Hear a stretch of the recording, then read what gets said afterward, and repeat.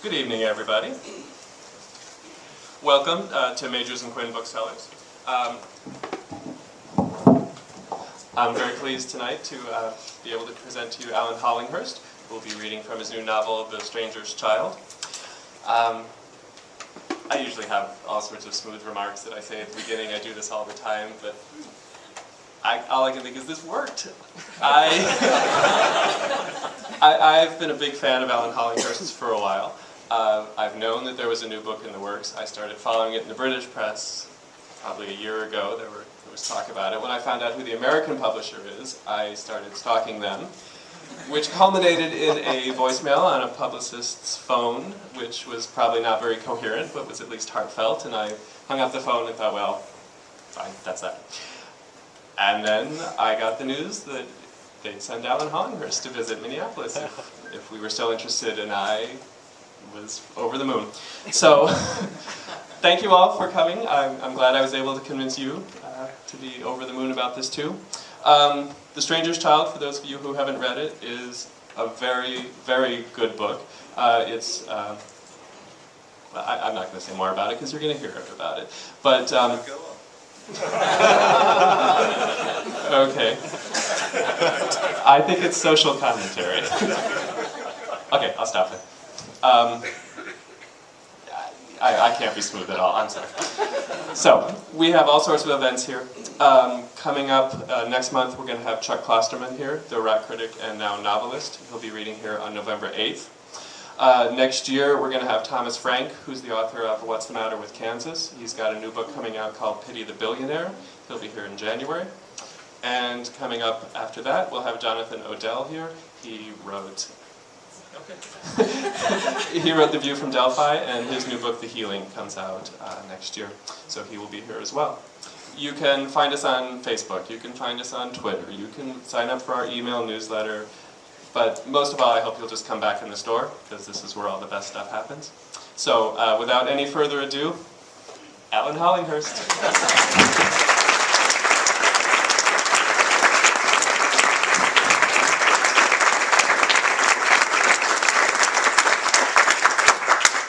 Thank you so much. I'm very pleased you did pursue me. It's wonderful to be here at this marvellous shop. I'm going to read, I think, a couple of extracts from this book, which will take 20 minutes or so. It's a difficult book to read from, in a way, because I designed it so that it will be full of surprises, and it's very hard to say anything about it without giving important things away. I'm going to read, therefore, something from very near its beginning. It's in 5 sections, and it covers a wide historical period. The first section is set in September 1913, and the final section is set in the autumn of 2008. But don't worry, you don't have to slog through all those years, because it's broken up into 5 episodes which have often enormous time gaps, sometimes as much as 40 years in between them.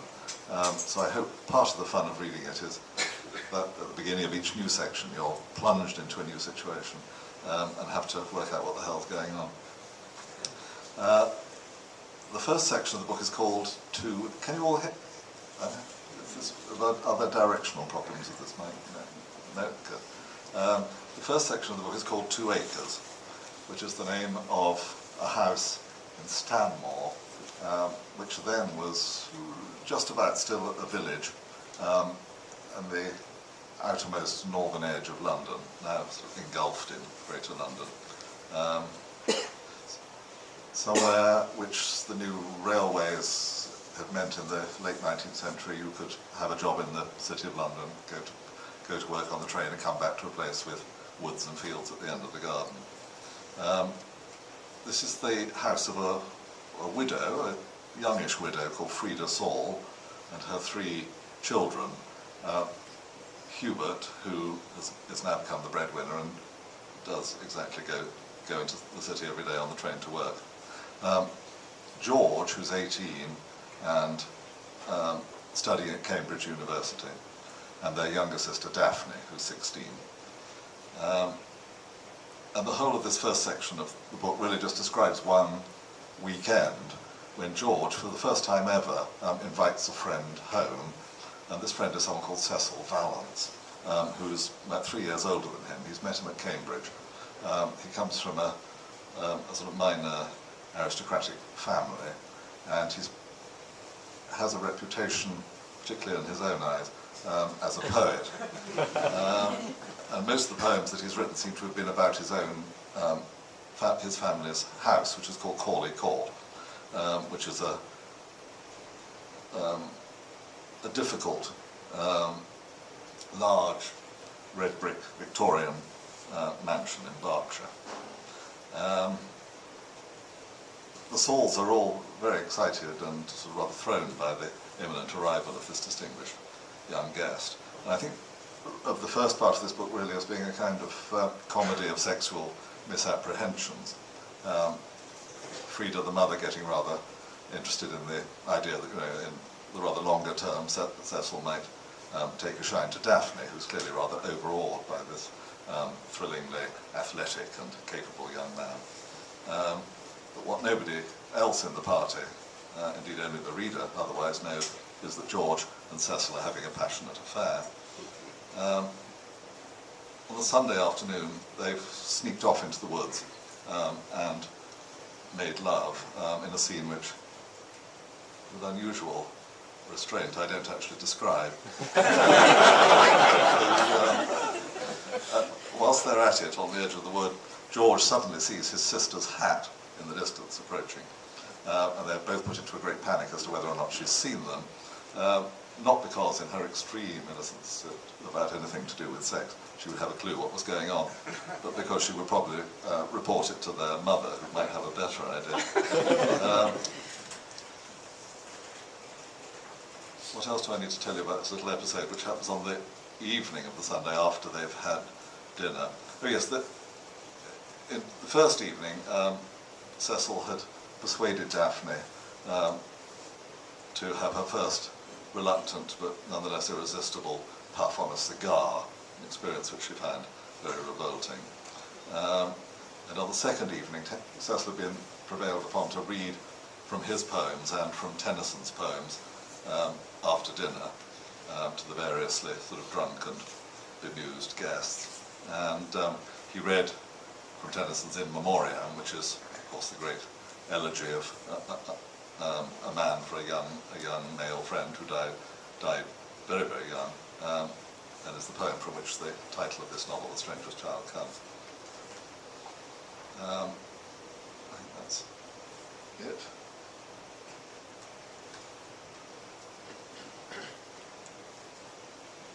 So Cecil, despite his great self-confidence, is rather anxious as to what Daphne might have twigged about what's going on with her brother. When supper was over, George was sent round to the Cosgroves on some mission he clearly thought beneath him. Hubert claimed he had letters to write, and their mother, trailing into the drawing room, paused, raised a finger, and went out again.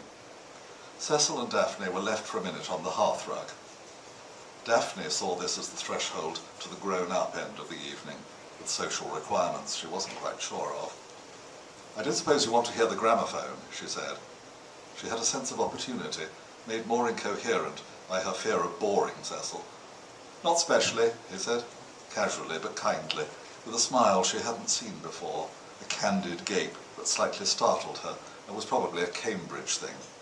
It was hard to work out, but at Cambridge, it seemed, it was almost a sign of respect to be disrespectful, to say just what you felt at any time.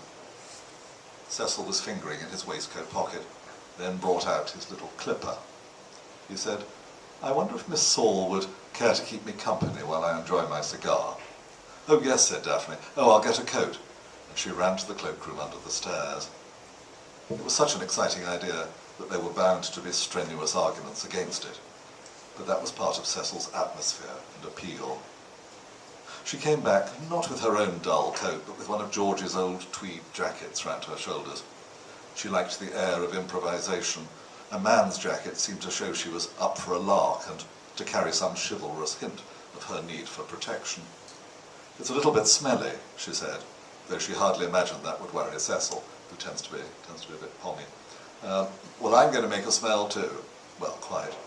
I may be being too sensitive, said Cecil, glancing towards the door. My mother's so down on smoke that Corley Court we all sneak off to the smoking room. She's made it into quite a guilty pleasure. No, no, said Daphne. Cecil drew out a cigar case from a surprising pocket. I've got two if you're tempted to try again, he said, and uncapped the stiff leather sheath to show her the tops of them. They made her think of soldiers or the cartridges in Hubert's rifle. She saw it might be wittier not to answer, and he seemed amused by her condescending smile. She knew she should call to her mother, but sighed just to think of the objections, and followed Cecil out into the garden, leaving the French window ajar. It was quite a bit colder than last night, though she was not going to mention it. She said, Cecil, I think I shall always associate in memoriam with you. Well, Cecil was fussing with a lighted match and making impatient, appreciative noises as he drew on the cigar. Then the newly conjured smoke was all around them. Shall we sit here? Let's walk on, said Cecil, moving her along past the windows of the sitting room. We'll see what the stars are up to, shall we? All right, said Daphne, and as he crooked his arm, she reached up to slip her hand through it. As well as everything else, there was something entirely proper about Cecil. He perhaps wasn't even aware of her happy sense of play acting, her toss of the head in the dark as she took his arm. Then George's jacket, merely slung round her shoulders, slipped off. Here, let me help you. In the gloom on the edge of the lawn, Cecil held the coat and patted her shoulders when she got it on. I must look like a tramp, she said, her hands covered by the sleeves, silky linings cold for a moment on bare arms, the weight and smell of the thing hugged round her. Do it up, said Cecil, his cigar between his teeth. And again his large hands seemed to take care of her, to be larger and more capable than ever. Then he offered his arm once more. They went on a few leisurely paces, Daphne happily self-conscious, Cecil a touch reserved, though she wasn't sure of his face, and perhaps he was merely working out the stars.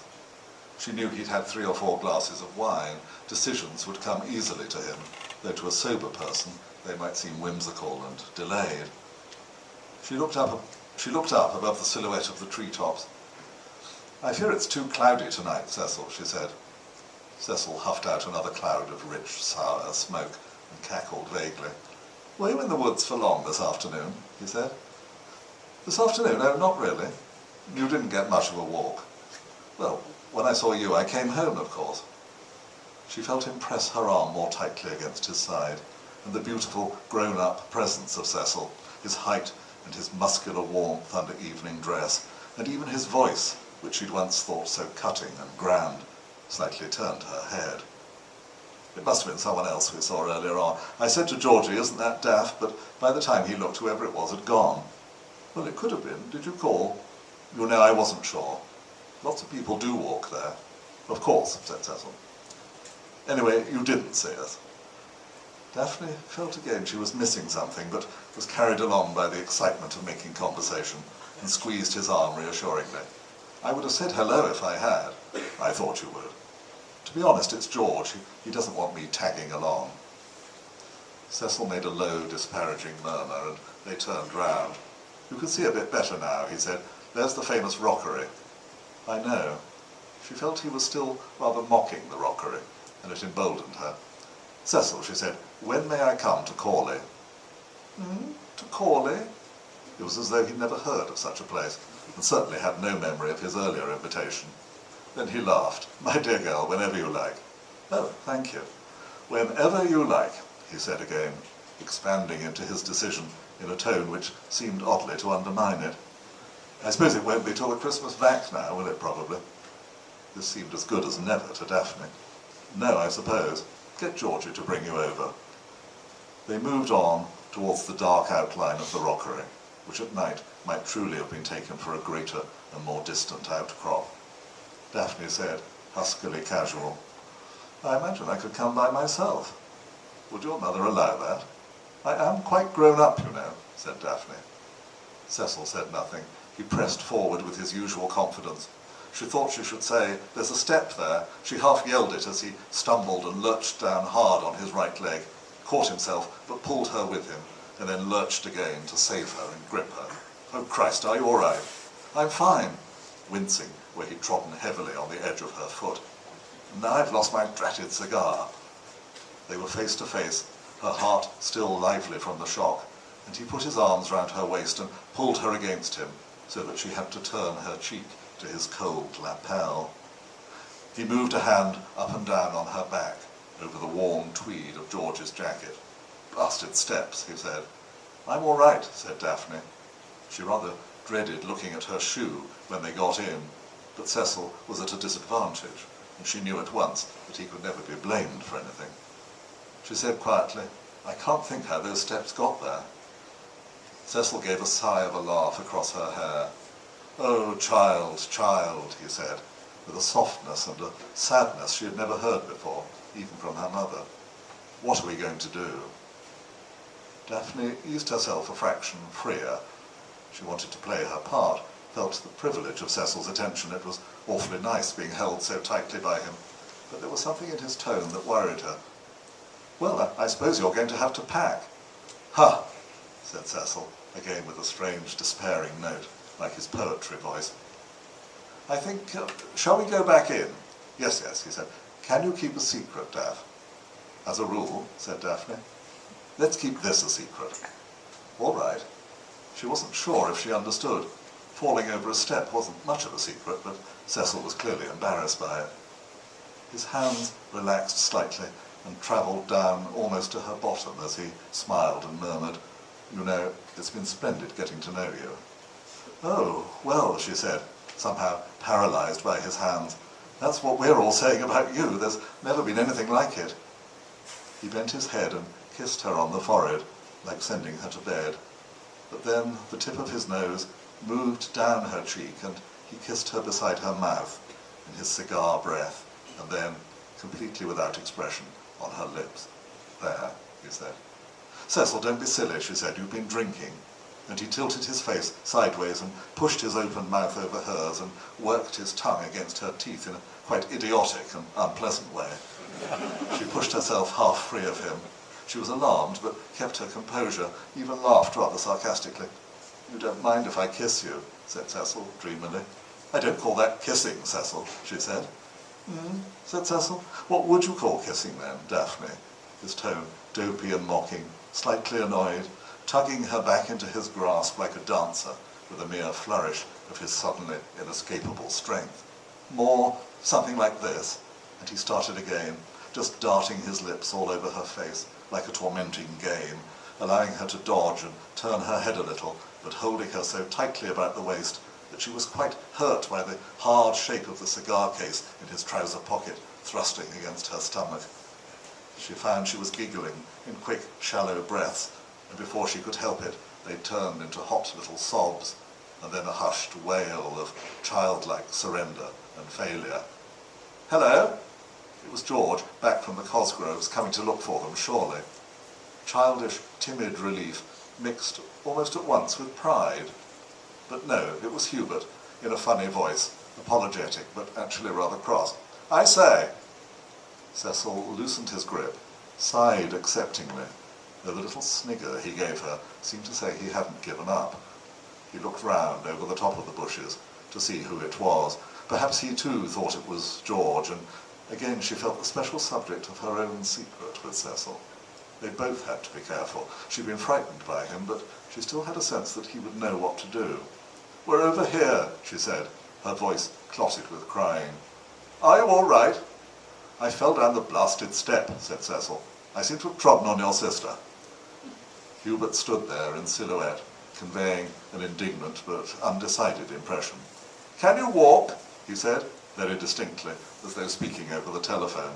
Of course I can walk, we're just coming in. It's really a bit dark for rambling round, Hubert said. That was the point, said Cecil. We were studying the stars. Hubert peered upwards doubtfully. It's a bit cloudier for that, he said, and turned back to the house.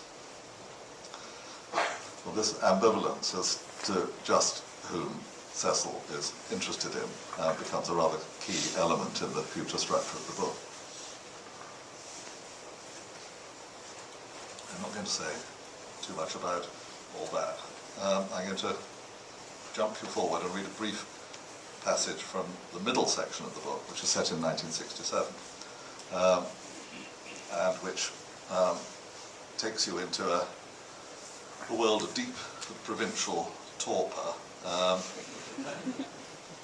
It may be the 60s, but any swinging that's happening is far away from this little country market town. And the alternating chapters of this middle section are seen from the point of view of two young men who slowly converge at the end of the third section. One of them is called Paul Bryant, and he's just started a job as a cashier, a teller in a bank in the town. He's a young man from a relatively humble background with bookish yearnings and other kinds of yearnings as well, which he's very unsure how he's ever going to be able to satisfy. He feels very cut off from the world of fun, sex, love, excitement. And the other alternating chapters are seen from the point of view of someone called Peter Rowe, who's about the same age, but very much more experienced and self-confident, who teaches at a local boarding school. He's come into the bank in the afternoon and cashed a cheque for £5, telling young Paul that he needs all this money because he's going off to have a wild weekend. And Paul's very sort of fascinated, but quite imagine what happens at a wild weekend, but he feels he'd like to have one himself. And he also feels that there's some sort of crackle of chemistry and mutual interest between the two of them. He's lodging on the edge of the town with some people called Marsh. I'm going to describe in this passage a now defunct magazine called Films and Filming, which used to be, it was a monthly publication that ran for decades, and it was ostensibly a film-goers magazine, but really a quite blatant gay, I'm going to call it crypto, if it can be crypto and blatant at the same time, gay magazine. If ever there was an opportunity of the stills illustrating a film would show the hero shirtless, and the small ads were a notorious sort of gay marketplace.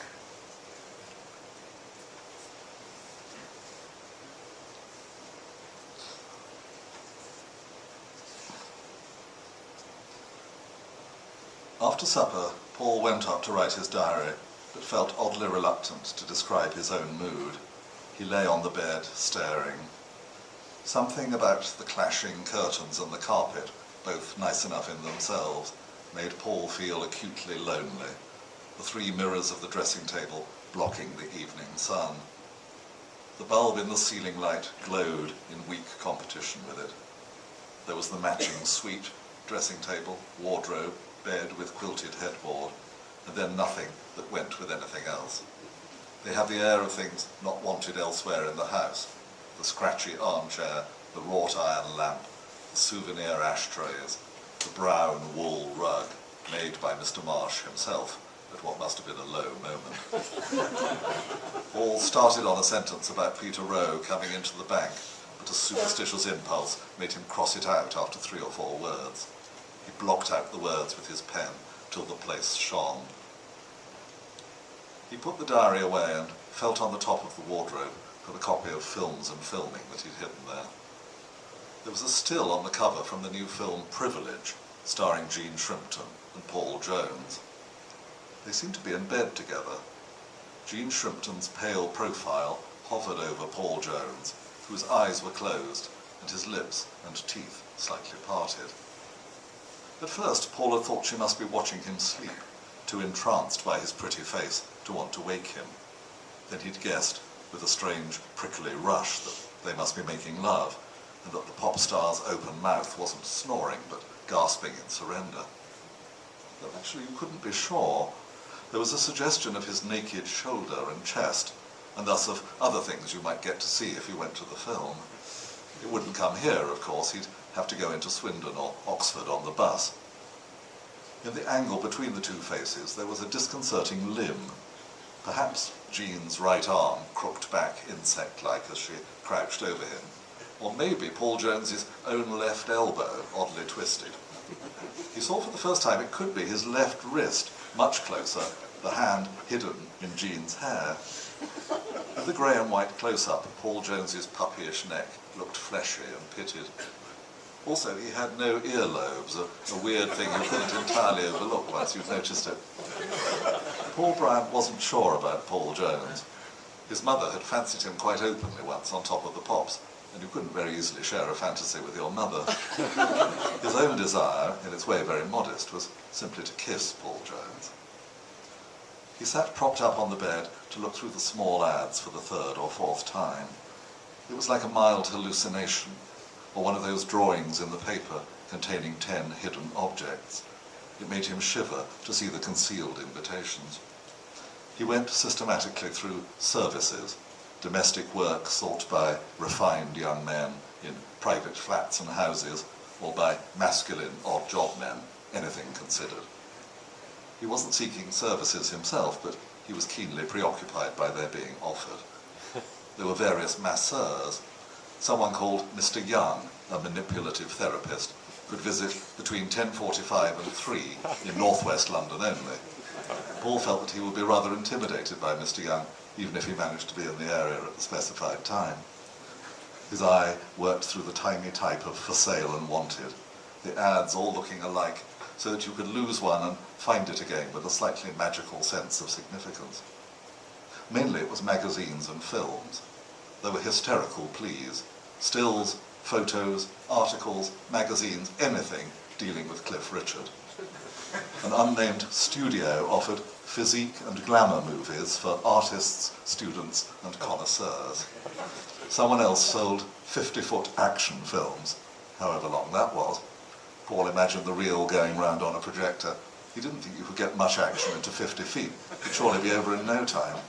Anyway, he didn't have a projector and couldn't see himself getting one on his present salary. Not that there would really be room in here, and then he'd need a screen as well. Quite a few people were fans of something called tape sponding, where it seemed you recorded a message and sent it through the post, which might be romantic, but then he didn't have a tape recorder either, and even if he did, Mrs. Marsh would think he'd gone mad, talking away for hours on end in his room. He wasn't a very confident talker, and couldn't imagine how he'd fill up a tape. The personals were the climax of his solitary ritual, the words themselves bulging and bending with outrageous meaning. Undisciplined bachelor, 32, would like to meet strong-minded person with modern outlook. Motorcyclist, ex-Navy, seeks another for riding weekends. It was sixpence a word, but some people went on as garrulously as any tape sponder. Motorcyclist, 30, but still a novice, seeks further instruction and would also particularly like to contact a qualified water sports trainer, North London, Hertfordshire area preferred. Paul read all this with a beating pulse, smiling narrowly in a sustained state of fascinated shock. Only one man seemed to have completely missed the point and asked to meet a girl with an interest in gardening. Otherwise, it was a world of bachelors, many of them with flats, and most of those flats in London. Central London flat, large and comfortable, young bachelor needed to share with another, no restrictions. Paul looked up at the floral curtains and the evening sky above the mirror. Energetic bachelor, 26, own flat, seeks others, similar interests. He hadn't said what his interests were. It must be taken as read. Interests, cinema, theatre, etc., said some, or just interests varied. Interests universal, said bachelor, late 40s, leaving nothing, or was it everything, to chance. Paul closed his eyes in a heavy-hearted dream of bachelor flats, his gaze slowly making out among the pools of lamplight, the shared sofa, the muddled slippers, the advanced pictures, opening the door onto the bathroom where he himself was shaving as Peter Rowe lolled in the bath, reading, smoking and washing his hair all at the same time, then opening through a sort of purple vapour the door of the bedroom onto a shadowy scene more thrilling and scandalous than anything described in films and filming, in fact a scene that, as far as he knew, had never been described at all.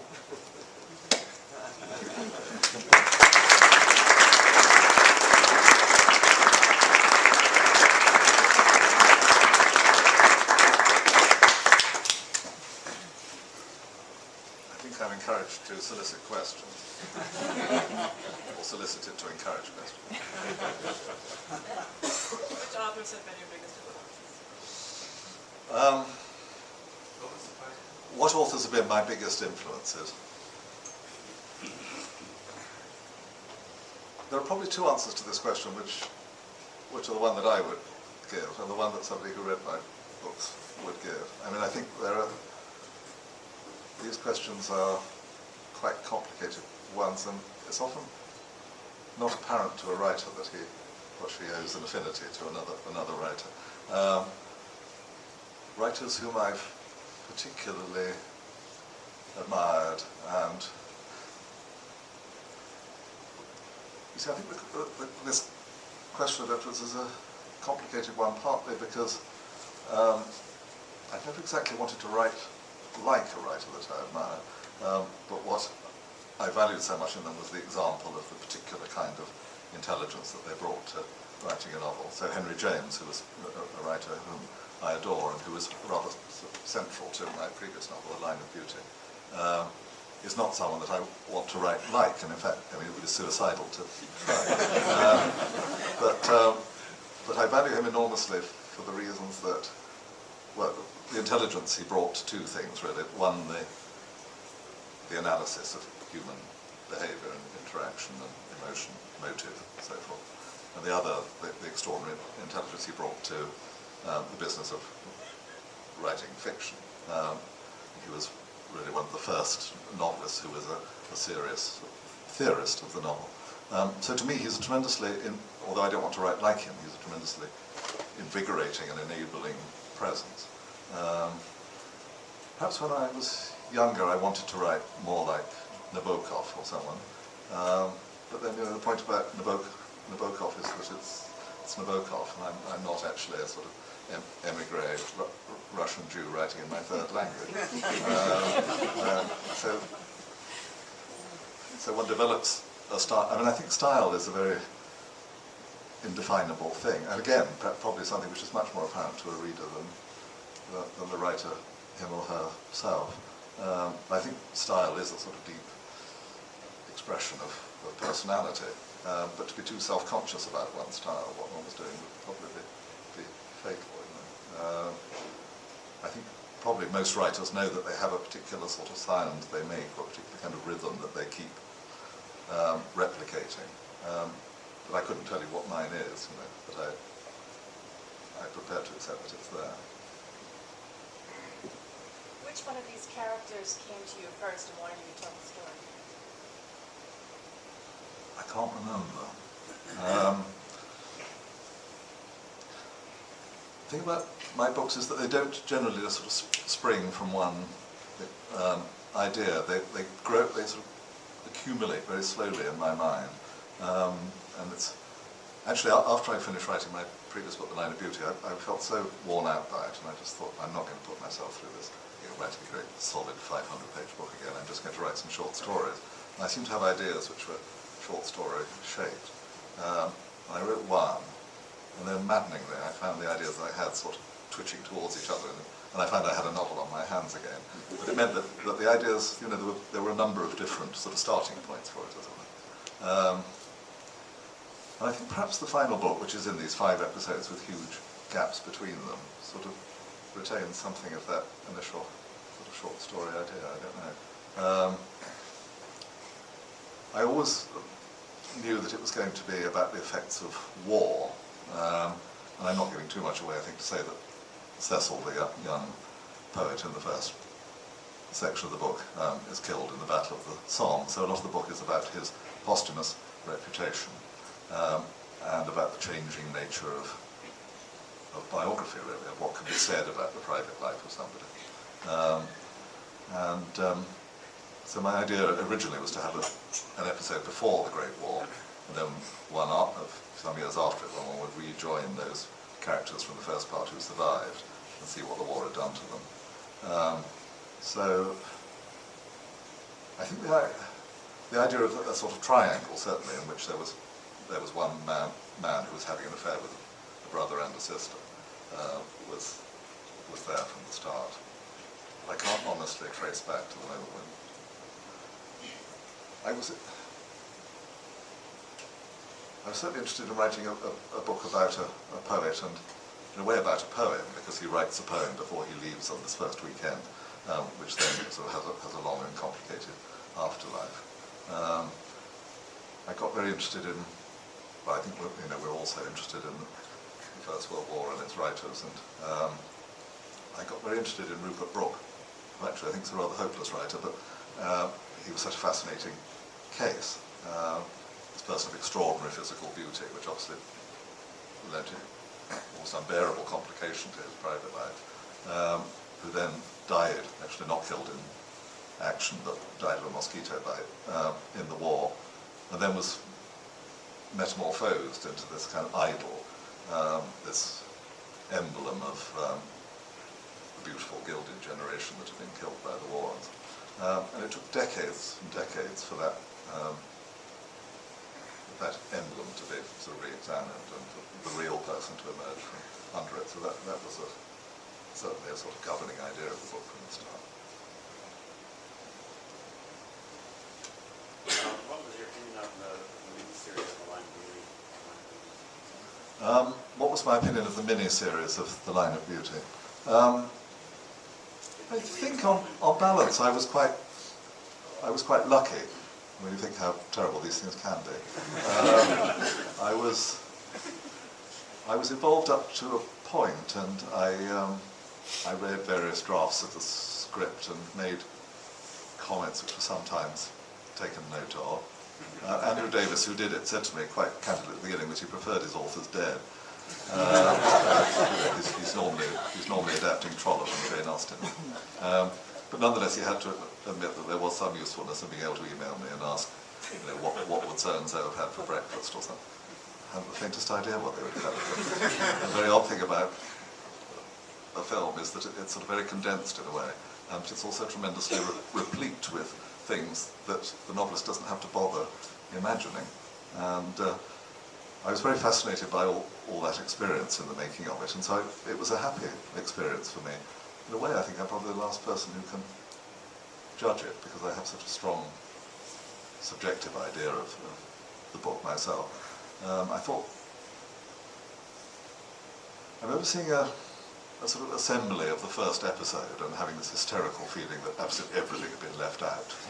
Then I sort of calmed down and watched it again and saw that actually there were all sorts of compensatory things, and that a brilliant young actor like Dan Stevens, who played the lead in it, could do something miraculous just with a change of expression, which I might have taken a whole paragraph to describe. So it was sort of an education for me, I think, as well. I don't know, what did you think of it? I liked it. You like it? Well, first of all, I certainly hope that they'll use your voice for the audiobook. And my question is, did you have to do any research for it, dealing with different countries? I'm always rather averse to research. No, I did a bit. I went up to Stanmore, where that first part of the book is set, and had a little wander around. And what I really like is just to have odd details which just sort of trigger my imagination. I mean, there's a serious point behind what I said. I mean, I'm very mistrustful of the prominence of research in the contemporary novel, and so, I mean, it's not even research now, is it? We just sort of go like that. We find out all about something. And I think research does have a way of sort of showing itself as such in the finished product. I've always favoured sort of imagination over information, as it were. But having said that, of course, I mean, you have to get things right, And I was particularly keen that the language should be right, and that nobody should say anything in 1913 or 1926 or whatever that they wouldn't have said at the time. The Oxford English Dictionary online is my favourite resource in that respect. You can check when the first recorded usages of words and phrases were. And also I wanted my sort of surrounding narrative to be consistent with the period in which it was written. And I researched other little bits and pieces, but there's another almost inevitable kind of research which underlies writing something set in the past, which is all the other things that you have inevitably read about it. And I realized that writing the first section in particular, set in 1913, my whole sense of how people conducted themselves and spoke in 1913 comes from reading novels written in that period, or actually seeing film adaptations of them. So there's something irreducibly literary about our sense of the past. And I saw that as a potential threat to this book, because I wanted in each section the reader just to be plunged into the experience of people living in that period. There's no framing narrative or anything. There's not the thing of someone in old age finding some papers and then being drawn back to that magical summer. You're straight in it. And I wanted to get the sense of people living their lives in each section in the present, as we all do, with no knowledge of the future.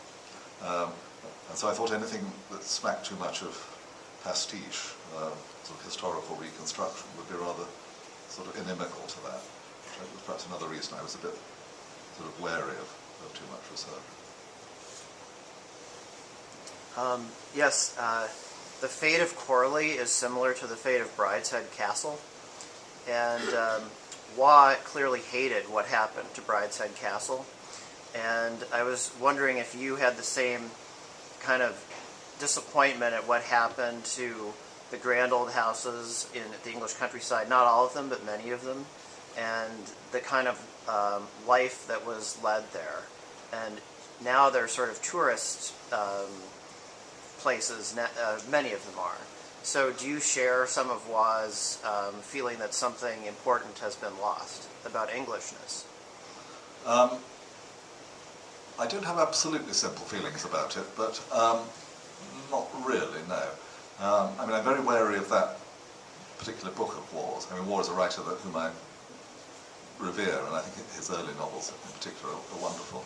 There's a brilliant thing that Kingsley Amis said about, I used to work on the Times literary supplement, and when the TV version of Brideshead was shown, we had the brilliant idea of getting Kingsley Amis to review it, and he began his review by saying, Evelyn Waugh was a brilliant writer, but of a kind peculiarly likely to write a really bad book at any moment. And I've always thought that Brideshead was a sort of terrible falling off, because he fell so unironically for the nostalgic glamour of this sort of upper class world. Of course, I mean, I'm very interested in architecture and old buildings and houses and so on, and write about them probably much too much in my books. And in this book, I make Corley Court a sort of gauge of changes social changes in what happens to the house. And it's ceasing to be a private house and taking on an institutional use later on, and also changes in taste. It's being a sort of Victorian monstrosity which is reviled by the generation after the war who turned against all things Victorian, then rediscovered in the 1960s when Victorian architecture was really coming under threat, and it was rediscovered as the great and wonderful thing that it often is. So I got different sort of strands of interest in it, but I think in this book I wanted to immerse the reader in a world where these things still retained their old value, but then perhaps to do something of a critique of that. And so I'm certainly not simply nostalgic for the old India. I'm very pleased that it's gone in most social respects. I'm really amused with the bits about the piano playing, and I'm wondering if you studied piano. I'm a pianist myself, and you kind of make fun of that in the novel. No, I can't play a note, I'm afraid. You weren't beat over the head when you played drum. No, I think it was fear of being beaten over the head that kept me from playing at all. Right. It's a good description. Have you ever considered doing a follow-up book on The Line of Beauty, especially with the character, the second character, Nick Guest, and what he would be like in the present time, which is what, 30 years, it's almost 30 years since the 80s, and a political climate, what his life would be like now? The question is whether I'd ever considered doing a follow-up, a sequel to The Line of Beauty following Nick Guest's subsequent career. I mean, it's not actually clear that Nick Guest was going to have a subsequent career, you know. And at the end of the book, he's awaiting the results of his HIV test, and so I deliberately leave it extremely ambiguous at the end as to just what might be likely to happen to him. But anyway, no. I'd had quite enough of Nick Guest by the time I got to the end of writing that book. No, I mean, I do feel that the characters are absolutely the properties of the books of which they're a part, and they don't in some kind of Dickensian way, whatever, for me, kind of exist off the page, just waiting to be picked up and followed again. Indeed, I'm generally very glad to be shot off that. I have the sense reading the book that Cecil's fate as a poet was to become a second-rate writer, but a subject of passionately controversial biography. Yes. I think nowadays often biographies of writers are read more than the writers themselves. I think that's absolutely true, yes. I think, yeah, the book sort of traces the sort of changing nature of what can be said in biography. And I suppose that middle section in 1967 is the sort of turning point. It's set in the week before the passing of the Sexual Offences Act in Britain, which decriminalised homosexual acts between no more than two men over 21 in private.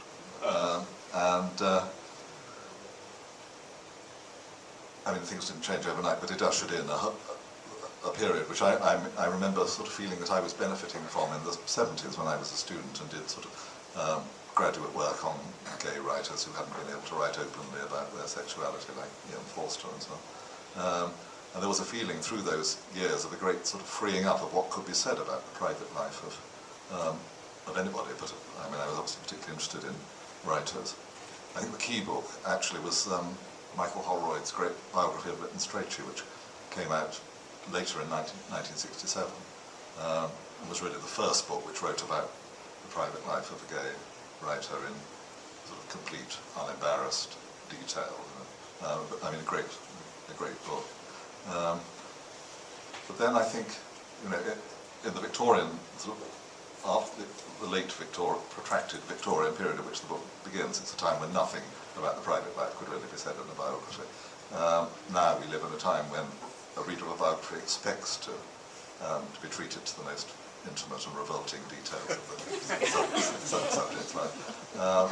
And it's much easier to get a fix on someone's life than it is on the large corpus of their works. You know. So I think you're absolutely right. And there's a suggestion that the biography, which is finally written of Cecil Valence, you know, has possibly abused these new liberties and has elements of sort of wishful thinking, fantasy, voyeurism, I don't know, but it somehow got out of control.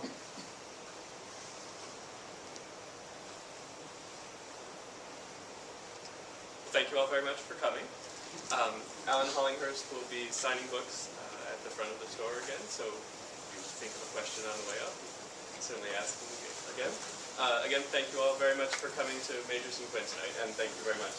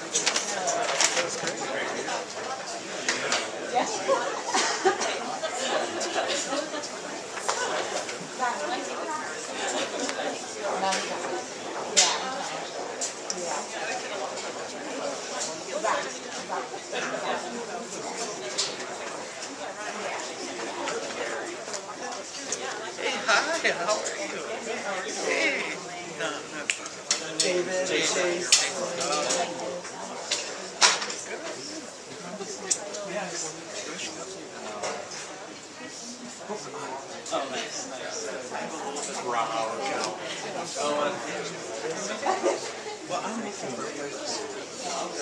Yeah, they don't, I mean, I think they have it down for tea, selling, and attending, year-end, he's going to have a annual meeting this I think he just balanced the budget. That's good. I am really good at that.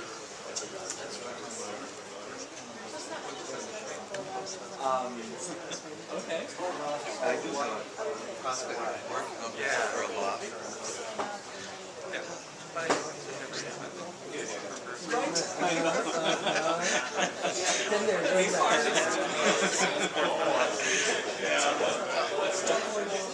No, just a second. Nate? Jason. Okay. When was the last one? It was just on an island? Or no, when we met? We met on Island, and then we went into Chicago like 3 years ago. I remember that we saw you at breakfast. We used to look at Oh, you mean that place like Oscar Wilde? Or was it that, see, that related to that? St. Anselm. Yes, that Anselm. It's kind of like a tree.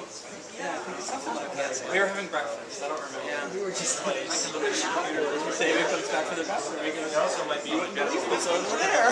Yeah, that was it in the summertime? This time I was to Chicago.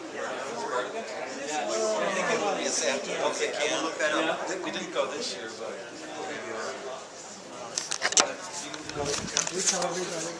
No. Did you want to get a book?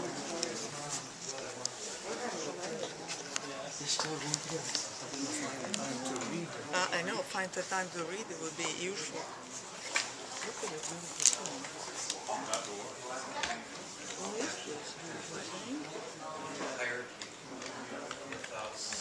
German banking inquiry. 1908. I love it. Serial reading. I know.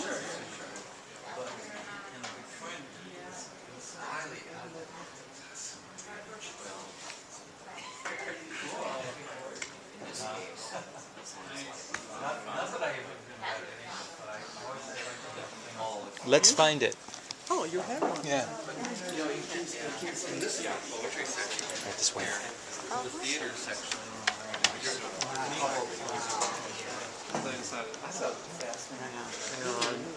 What I could do is I could facilitate Right. somebody else to do it. Right. And Project manager. who's got my paperwork? The owner? Yeah. Okay. And that's not an issue. That's a good deal. Okay. So he needs more like 600 There it is. There it is. Look at The that. used copy too, so it's cheaper. Oh wow, you got everything in this place. I'm telling you. But This is just heaven. I wish it was so. Thank you for coming. Do. Oh no, thank you. I mean, but you know, in my cooking school, that's what I wanted to present. I'm gonna get one copy for my. Where is your school? Well, I do cooking classes at Linden Hills Co-op right now. Yeah, and maybe upcoming at the kitchen window. Oh yes, this they is- have good facilities. Oh now. my God, Yeah, that is yeah, exactly. I haven't done that there yet, but there's wonderful Yeah. facility. And this, you know, this is very funny. I have the Italian version. Look, an Italian friend of mine gave me this, so I'm reading it in Italian. Isn't it funny? Because this woman, she lived in Italy for 2 years. Dove? Bergamo. Bergamo. Northern Italy. That's right. And she wrote this novel after she got inspired by the Italian way of cooking. And actually, this friend of mine who also does cooking classes, she's down in Florida, she's Italian too. She told me, she says, you have to read this book because it just tells us how this lady, there's a picture here, she really made the Italian way of cooking her own thing. I mean, she really got it. She says she got the concept, so I'm gonna actually buy this. I'm gonna buy this. I can, if you want, I can ring you up quickly. Yeah, sure. Okay. Yeah.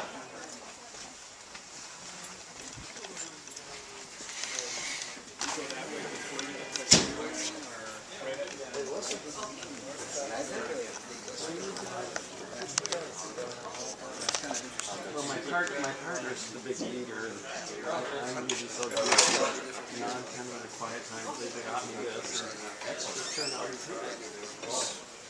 Oh, Ryan will beat you. Yeah. Yeah, it's worth it. Yep. That will be out next week. Shall I send one for you and one for me? Okay. Because I really like it. Something came along. Good job.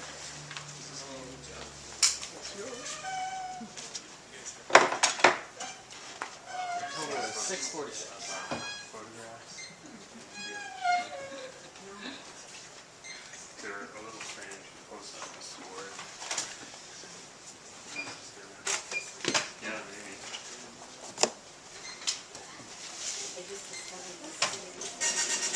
Oh, these are great. Yeah. So this photo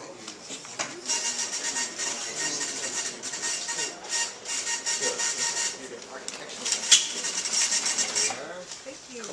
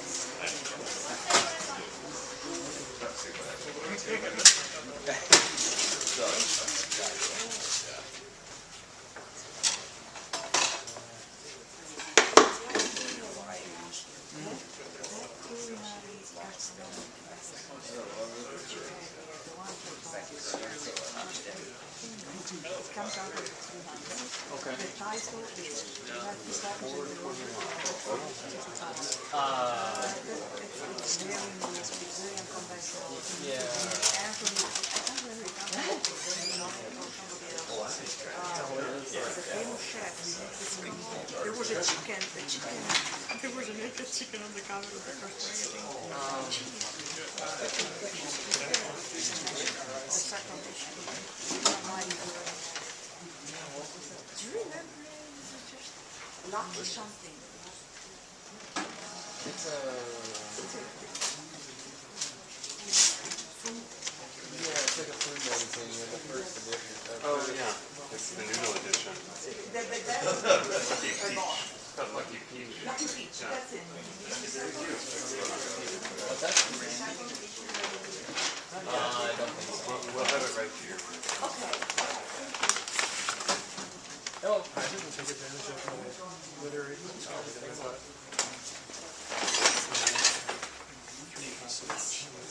I can help you over here. Oh, I'm sensing. All right. Thanks.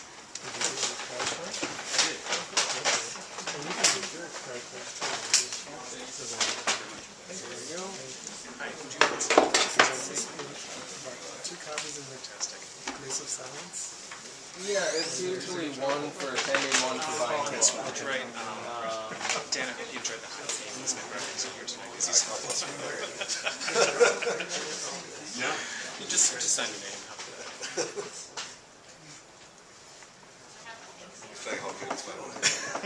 He's just watching. Otherwise, he wouldn't be here, sure. Well, I'm not sure. My first thought would be the one where my first thought would be. Thanks very much. Thank you so much.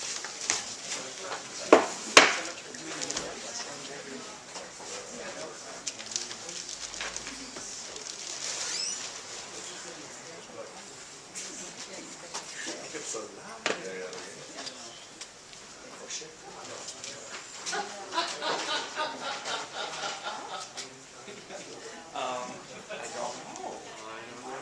Should we get to it?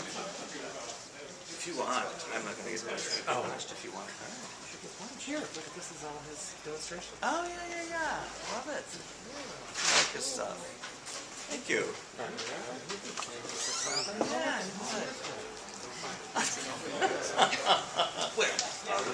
That was great.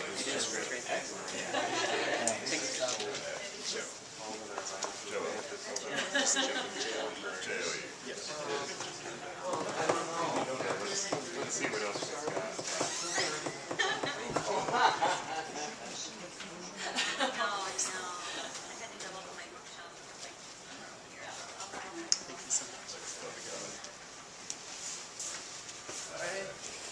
Sorry you didn't remember my man. Oh, that's right now, that's it. Yeah. Or is it kind of hard? Oh, okay. Okay, it's like our Academy Awards. Oh, okay, yeah, well, yeah, I realize. Oh, okay. Oh, okay.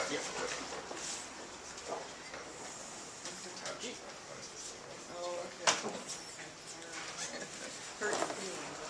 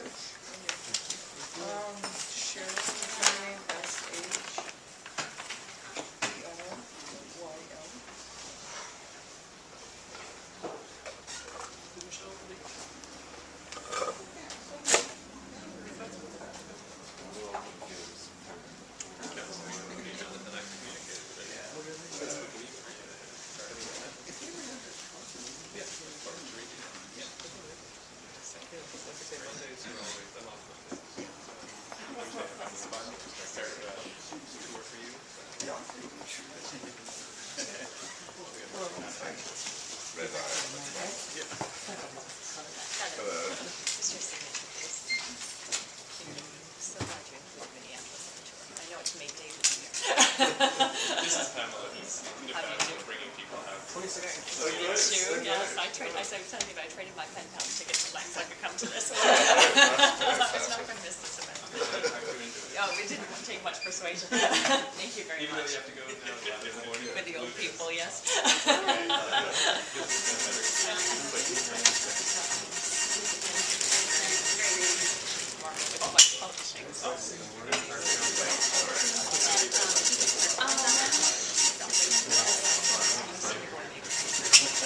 They've got Jennifer Children going back to Steve Butters someday, but I'd like to go to that. But I've never heard of them anyway, so that's okay, but it'll be fun. It's Becky Davis. Thank you.